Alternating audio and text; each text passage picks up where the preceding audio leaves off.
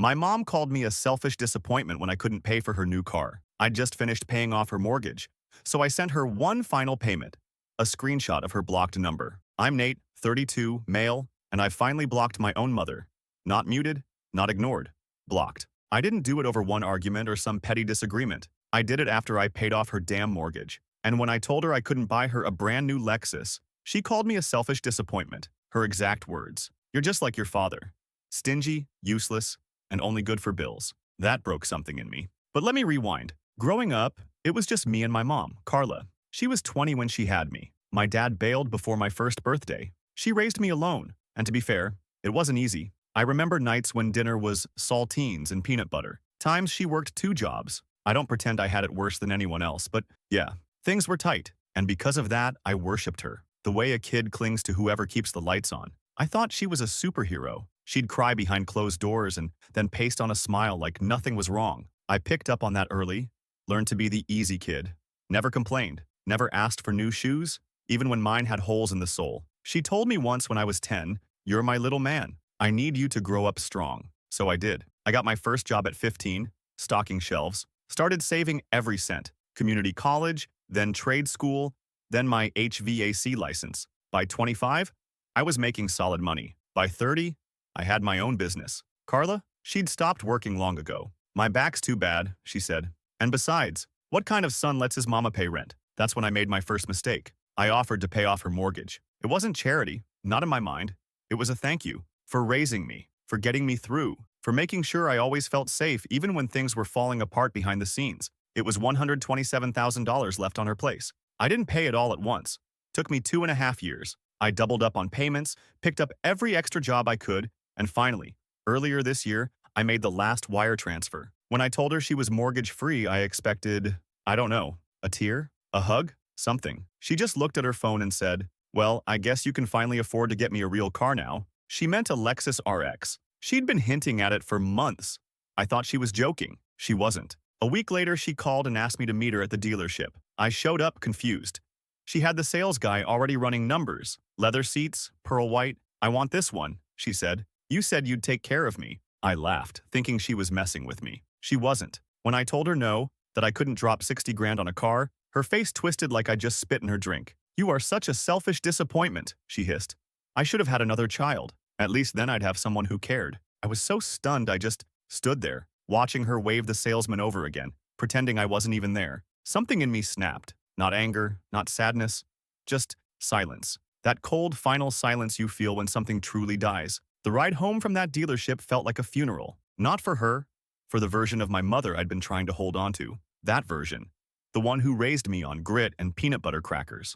The one who cried when I graduated trade school. The one I told myself was just under a lot of stress every time she snapped at me. He was dead, gone, cremated right there between the Lexus showroom and her tantrum. She didn't even text me to apologize. Not that day, not the next. But she did post a Facebook status the following morning. Nothing hurts more than raising a child who grows up to be heartless. The likes and sympathetic comments came pouring in. One of her friends, a woman I used to call Aunt May, even tagged me and said, "You ought to be ashamed, Nate. Your mama deserves the world." Deserves the world? I gave her the roof over her head. I paid off every last cent while she binge-watched Hallmark movies and bitched about her back. But that's the thing about narcissists in disguise. They rewrite history in real time. She wasn't struggling anymore, and now that she wasn't, she wanted more. Lavish gifts. Proof I was a good son. Material offerings she could flaunt on social media. She didn't want love.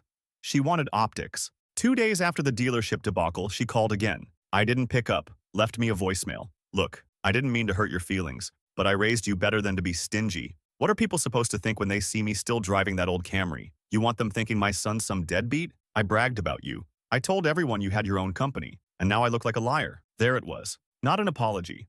A threat wrapped in guilt. And it worked, for a minute. I found myself pacing, wondering if I should just bite the bullet, lease her a car to shut her up, to keep the peace. That's what I always did. But then I got a text from my cousin Marcus, my dad's nephew, the one she always said was trouble. He wrote, "Saw Aunt Carla's post. You good, man?" I replied, "Not really." And then I told him everything, from the mortgage to the Lexus to the voicemail. Marcus didn't sugarcoat it. "Bro, she doesn't love you. She loves what you do for her. That ain't the same thing." That stuck with me. I couldn't sleep that night. Just lay there staring at the ceiling, replaying every time she'd ever used me. The time she borrowed 2 grand for dental work and then posted beach photos the next week. The way she paraded me around at church like a prize, then called me a burden behind closed doors. The way she'd always say, I sacrificed my life for you, like that made me her property. Number no more. The next morning I didn't call, I didn't text, I didn't argue. I logged into my bank and I transferred exactly $1 to her account. And in the memo line I wrote, final payment. The fallout didn't take long. That $1 transfer hit her account around 8:15 a.m. By 8:17, my phone was blowing up like I'd set her damn house on fire. 5 missed calls, 3 voicemails, 8 texts. The first one just said, is this a joke? The second, call me right now. Right, now. Then the guilt bombs. After everything I did for you, you are heartless. Just like your father. You have no idea the sacrifices I made. Your grandma would be ashamed of you. That one got to me. She always knew how to weaponize the dead. Then came the rage. Full tilt. She showed up at my work. Yeah, at my actual job site. A commercial HVAC project in downtown Atlanta. Walked straight through the gate in flip-flops like she owned the place, demanding to speak to the foreman, as if we were on a sitcom. I was on a lift, 10 feet in the air, wiring a rooftop unit when one of my guys radioed, Nate, your mom's here. She was screaming by the time I climbed down. You think this is funny? She shouted, holding her phone up like it was evidence in court. Sending me $1? What the hell is wrong with you? Everyone turned to stare. I was mortified. Mom, you can't be here, I said through clenched teeth. This is a job site. Oh, now you care about rules? She shrieked. Where were your rules when I was raising you with nothing? You think a few payments erase that? I pulled her aside, behind a truck, tried to keep my voice low. You're embarrassing yourself. No, you embarrassed me, she hissed. Do you know how that felt? Sitting there while the bank teller snickered at my balance, and then seeing that in the memo line? She looked like she was about to cry, but I'd seen those tears before. I used to fall for them. I'm done, I said. With what? She snapped. Being a son? With being your ATM. She slapped me. Hard. Not in a flailing, hysterical way. Deliberate. A sharp sting across my cheek, just like when I was 12 and accidentally broke her ceramic angel. Just like back then I stood frozen, more stunned than hurt. A few guys from my crew started walking toward us. I need you to leave, I said calmly. She blinked, then scoffed. You think you're too good for me now? No, I said. I think I finally see you for who you are. She stormed off without another word, and that should have been the end of it. But no. That night, she went nuclear. She posted on Facebook, Instagram, and even made a TikTok, crying into the camera about how her ungrateful son had abandoned her, how she was being left to rot in her old age, how I'd used her like a servant, and then discarded her. People believed her, old church ladies, distant cousins, even my high school math teacher. They commented things like, so sorry, Carla, you deserve better. Kids today have no respect. Maybe he needs to be reminded where he came from. And she heart-reacted every single one. I didn't sleep that night, barely blinked. I sat on my couch in the dark, phone glowing in my lap, watching my mother turn my life into content, watching the hearts, likes, comments roll in like tiny betrayals from people who never knew the full story. Some were strangers. Some were people who used to bring casseroles when I was a kid. People I'd called aunt and uncle growing up, now calling me a monster in the comments of a video that used sad piano music as the soundtrack to my downfall. And the worst part? I almost texted her. Almost said, okay, you win. What do you want? Because that's what years of manipulation does to you. You internalize the guilt, the obligation, the warped definition of love where you're never enough but always on the hook. And for a second, I felt it. That pull to fix things, to be the good son, to just make the storm stop. Then I got a message request. It was from my old neighbor, Mrs. Felton, 83 years old, retired librarian, always smelled like lavender and menthols. She wrote, Nate, I saw what your mom posted. I just want you to know I remember everything you did for her. The groceries, the yard work, how you fixed her sink at midnight that winter she had the flu. Don't let her rewrite history. Proud of you, sweetheart. I stared at that message for 10 minutes. Then I got another. From Marcus again. Just a meme. It was a picture of a guillotine with the caption, when you finally cut off a toxic parent and your piece hits different. I laughed. Not because it was funny, because it was right. So I made a decision. No more trying to quietly disappear. If she wanted to drag my name through the mud, then I'd make damn sure everyone saw the dirt she'd been planning for years. I logged into Facebook. I never post. I barely even like things. But I wrote a status that felt like I was exhaling for the first time in years. Since my mother decided to publicly shame me for not buying her a luxury SUV just months after I paid off her entire mortgage, I'd like to set the record straight. Yes, I paid off her house, $127,000 over 2.5 years. Yes, she demanded Alexis immediately after. No, I didn't comply. She called me selfish, a disappointment, and said she should have had a different son. When I refused, she slapped me in front of my coworkers. When I still didn't cave, she took her tantrum to the internet. I've blocked her. Permanently. And to anyone wondering, yes, I'm at peace. This isn't bitterness, this is closure. I posted it, locked my phone, and drove. Nowhere in particular. Windows down. Music up. It took less than an hour for the fallout to begin. Cousins started DMing me. Some were furious.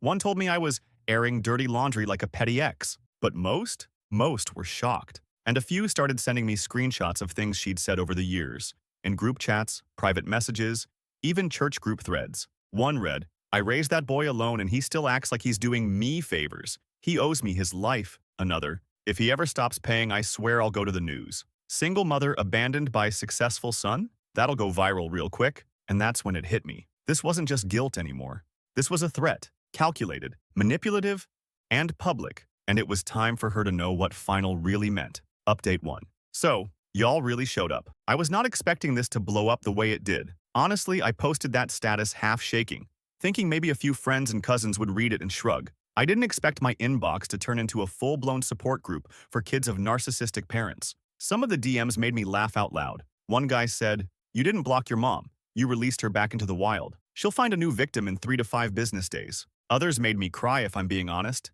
People sharing their own stories. The guilt, the manipulation, the years of playing the good kid until one day you snap and they act like you're the monster. One person messaged me and said, I showed your post to my therapist and she printed it out. Said she's going to use it as an example of radical self-respect. That one hit hard, but not everyone took it well. A few family members jumped into my DMs trying to mediate. One uncle said, be the bigger person, Nate. Bigger than what? A woman who slapped her son for not buying her a Lexus? Nah, I'm good, Uncle Jim. Also my mom? She saw the post. Oh, she saw it. Her response? She went full scorched earth, changed her bio to survivor of narcissistic abuse, healing, growing. Posted an old picture of us from my high school graduation with the caption, he used to be my whole world. Then she tagged one of those toxic self-help Instagram accounts that sells no-contact recovery crystals for $59.99. No joke. She also tried calling again, from a different number. Left a voicemail sniffling like she'd just watched Old Yeller. I just don't understand how you could do this to your own mother.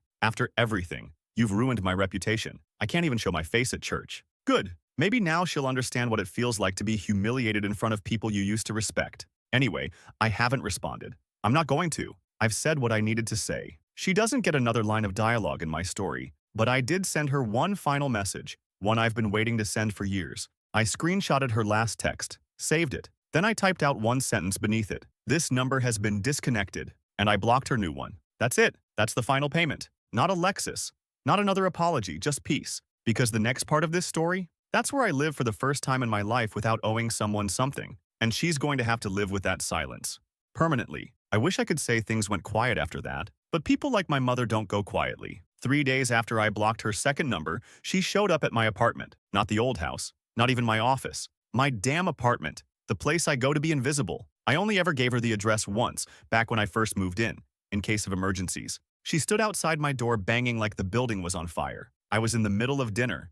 Mac and cheese because comfort food is therapy, and I was too drained for anything else. And I just froze with the fork halfway to my mouth. My phone started buzzing. Unknown caller. Then again. Then again. Then I heard her voice through the door. Nate, I know you're in there. You think you can humiliate me and then hide? I didn't move. I felt like a deer in headlights. Heart pounding. Hand shaking. I wasn't scared of her physically. Not really. But the idea that she could just invade like that.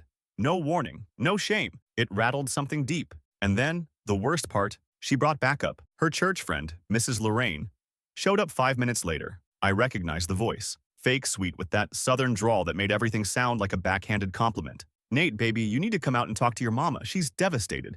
You broke her heart. They camped out in the hallway for 2 hours. I didn't open the door. I didn't say a word. Just sat on the floor behind my kitchen counter, listening, waiting. At one point, I heard my mom crying, the hiccuping kind she used to do when she wanted sympathy. Then came the rage again. She'll never get over this. You ungrateful little bastard. You'll regret this when I'm dead. That line, when I'm dead, that's her favorite weapon. Guilt by imaginary funeral. Eventually, they left. Or so I thought. Next morning, I found a handwritten note shoved under my door. It was on one of those pastel floral cards she always kept in her purse. It just said, "You embarrassed me, but I forgive you.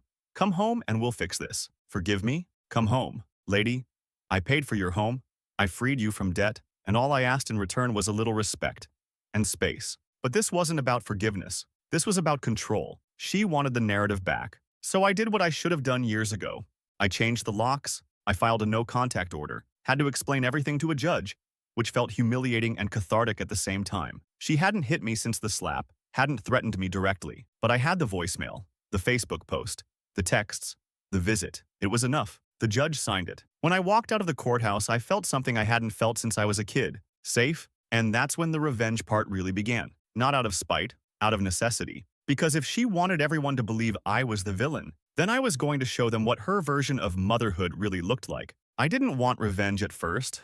I wanted peace. But peace doesn't come when someone's actively rewriting your life like a bad soap opera. And once I realized she wasn't going to stop unless someone stopped her, I knew what I had to do. See, my mom lives in this little southern suburb where reputation is everything. Church folk, HOA meetings, potlucks with embroidered napkins, the kind of place where, bless your heart, is more insult than comfort. And for decades, she's been the patron saint of single motherhood there, always painting herself as this long-suffering woman who raised her son alone, who sacrificed so much and asked for so little. Every bake sale, every choir meeting. She had a new story about how she kept the lights on with prayer and grit, how she never dated so I wouldn't feel abandoned, how I fell in with the wrong crowd after high school, and how she prayed for me to turn my life around. And guess what? People believed her, so I changed that. I didn't go full expose. That's not my style. But I did start posting, selectively, a photo of the final mortgage statement, captioned, "The last payment," for the house I didn't grow up in, for the woman who raised me with fists and guilt. Done. A screenshot of the Lexus invoice quote she sent me, captioned, "Apparently paying off her home meant I owed her a luxury SUV too." I even uploaded a short video, just 30 seconds of her voicemail, the one where she says, "I should have never been born if I was going to be this selfish." No commentary, just that line. Let her words speak for themselves. I didn't tag her. I didn't need to, because the people who needed to see it, they did. And then the texts started. First from my cousin Marcy, "Nate, I had no idea, I'm so sorry." Then Mrs. Jenkins, who used to teach my Sunday school class, "I want you to know I believe you, and I hope you're okay." Then from Pastor Mills himself, a man who once told me, "Honor thy mother and father," was sacred. He said, "I owe you an apology. I listened to one side for too long. You've handled this with more grace than I would have." But the real fireworks came when I got a message from her boss. Because I forgot one detail. My mother works part-time at the church thrift shop. It's her social center, her power base. And one of her co-workers, a sweet older woman named Lila, saw the video. Lila had always been kind to me. She used to sneak me extra cookies when I was little. She messaged me privately. I showed pastor's wife that voicemail. "You did the right thing." By the next week, my mother was no longer on the schedule. She called it a sabbatical. I call it consequences. And the final touch? I sent her one last thing. A framed copy of the $1 transfer I made. Same memo line. Final payment. Underneath it, a simple printed sentence. "Love doesn't come with a receipt, but abuse? That gets documented." I left it at her doorstep. Didn't ring the bell. Just walked away. She hasn't tried to contact me since, but I know, that frame is sitting somewhere in her house screaming louder than I ever did. And every time someone visits, she has to decide, hide it or explain it. That's not revenge, that's justice in a gold-rimmed frame. Update 2. Alright Reddit, one last time. I didn't plan to come back. I thought I was done after the frame, after the no-contact order, after reclaiming my peace. But life has a weird way of circling back for one final encore, and this one hit different. So let's talk fallout. The thrift shop sabbatical? Turns out it wasn't voluntary. After I posted that voicemail clip, a group of church members approached the board. Quietly, but firmly. They didn't want her fired. They just didn't want her in charge of donations anymore. Specifically after someone connected the dots and realized she'd been borrowing items meant for struggling families and listing them on Facebook Marketplace. Yeah, the receipts came flooding in. Screenshots, Venmo transactions, even a few voice memos of her telling someone, "Don't worry, they'll never notice a few missing blouses." Classic Carla. Never enough. Always taking more. She was asked to step down indefinitely. No badge, no office, no more center of attention. She posted a long-winded rant on Facebook about being silenced by the ungrateful, tagged no one, blamed everyone. My favorite line? "They stabbed me in the back and called it charity." No one liked it. Not one single comment. Radio silence. I guess even the gossip girls need a villain they can't spin into a victim. But that's not even the wildest part. Last week, I got a letter, handwritten, no return address, just folded in half and slid under the door of my office like some bad spy movie. It said, "I hope you're happy now. You ruined me. You'll get your karma. I hope when you need someone the way I needed you, there's no one there." That was it. No love. No mom. Just bitterness inked into paper like a curse. I didn't reply. Didn't post it.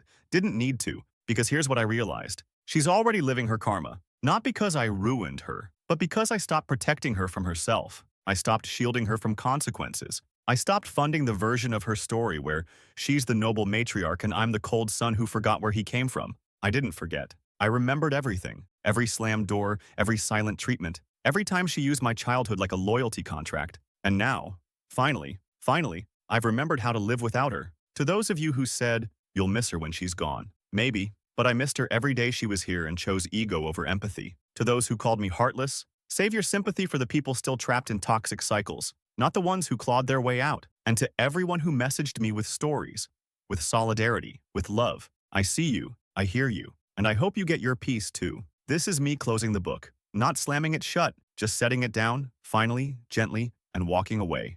Free. I thought cutting her off would be the hard part. It wasn't. The hard part was unlearning the lies I'd swallowed since I was old enough to tie my shoes, like, "You're lucky I didn't leave you with your dad." Or, "If you loved me, you'd do this one little thing." Or my personal favorite, the greatest hit of narcissistic parenting. "Everything I did for you." Turns out that was a lie too, because what she really did was shape me into something useful. Not loved, useful. I was the handyman, the chauffeur, the emergency fund, the social trophy. I wasn't a son, I was a sun-shaped tool. And now that I'd stepped out of that role, now that I'd cut the puppet strings and started walking like a real person, she didn't just hate it, she unraveled. I started hearing things.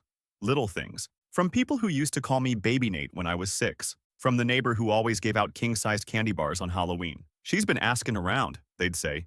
"She told Miss June you were having one of your episodes. She's been hinting that you might have stolen money from her. Is that true?" And suddenly I realized she wasn't just licking her wounds. She was trying to rewrite the entire story again. Except this time, I wasn't going to play defense. So I started documenting everything. Screenshots of old texts where she begged for money just until next week. Photos of receipts from the mortgage bank. Even a saved voicemail from 2 years ago where she said, "You're my retirement plan, you know that, right?" And laughed like it was the funniest joke in the world. I put it all in a private drive. Shared access with my lawyer just in case. And then I got real quiet. Online. In person. I stopped correcting her lies, stopped trying to clear the air, because silence is power when the truth is already armed and loaded. The weirdest part? I started sleeping better. Not amazing. I still had those nights where her voice would echo in my skull like some parasite, whispering all the old poison. But it was different now. The voice didn't control me. It was just a ghost rattling the chains of a cell I'd already walked out of. I didn't talk about her, didn't post any more receipts, didn't respond to the people who tried to play devil's advocate. And God, there are so many people who love to play devil's advocate when you burn a bridge they never had to cross. Instead, I rebuilt. I got therapy, real therapy, not just venting to a friend over a beer, but sitting down and actually unpacking 30 years of emotional landmines. I fixed up my apartment, got a dog, a big dumb lab named Moose who snores like a lawnmower and follows me from room to room like he's guarding me from invisible ghosts. I started saying no to people, not just her, but everyone, friends, clients, anyone who treated my time like an open bar. And slowly, painfully, beautifully, I remembered who I was before she taught me to hate myself for having boundaries. And that felt like the first real revenge. 6 months later, I ran into her at the grocery store. Not a confrontation, not a scene, just a moment. I was walking out with a basket of oranges and a bag of dog treats, and there she was, in the frozen foods aisle, holding a tub of Cool Whip, looking tired in a way I'd never seen before. Not physically, socially, like she'd aged 10 years since the last time we spoke. She didn't see me, or maybe she did and just pretended not to. I didn't say a word. I watched her shuffle to the self-checkout, swipe her card, and walk out into the gray, overcast afternoon like any other tired, lonely woman in any other quiet town. And for the first time, I didn't feel rage. I didn't feel fear. I didn't even feel satisfaction. I just felt done. Like bone-deep, soul-heavy done. That was the day I finally deleted her number. Not just blocked. Deleted. Erased every photo, every voicemail, every trace of her voice from my phone. Burned the memory of her from my contacts, like cutting out a tumor. Because I didn't need proof anymore. I didn't need to remind myself what she did. I just needed to remind myself I survived it. And I did. I survived the guilt, the gaslighting, The years of thinking family meant forever, no matter how deep they carved into you. I survived her voice in my head, telling me I was selfish, ungrateful, broken. I survived becoming the man I was never allowed to be while she was still pulling the strings. And now? Now I live slow. I take Moose on long walks. I cook actual meals instead of just stress-eating microwave garbage. I started dating again, carefully, softly, like someone learning a new language after years of only knowing how to shout. I even sent a Christmas card to Pastor Mills. Just a photo of me and Moose in matching sweaters with a note that said, "Still heartless, still free, Merry Christmas." Sometimes I still hear from people who knew her. They ask how she's doing. I just shrug and say, "No idea." Because the truth is, I don't. And that's the point. She could be out there posting another sob story, or sitting in silence, or convincing some new friend that her son betrayed her. Doesn't matter. Because that version of me, the one who thought love had to be earned with sacrifice, he's gone. And the man who replaced him? He sleeps, he breathes, he laughs, he loves. And most importantly, he never sends payments to ghosts. Not money, not guilt, not phone calls, and not love, just silence. And sometimes, silence is the loudest freedom there is.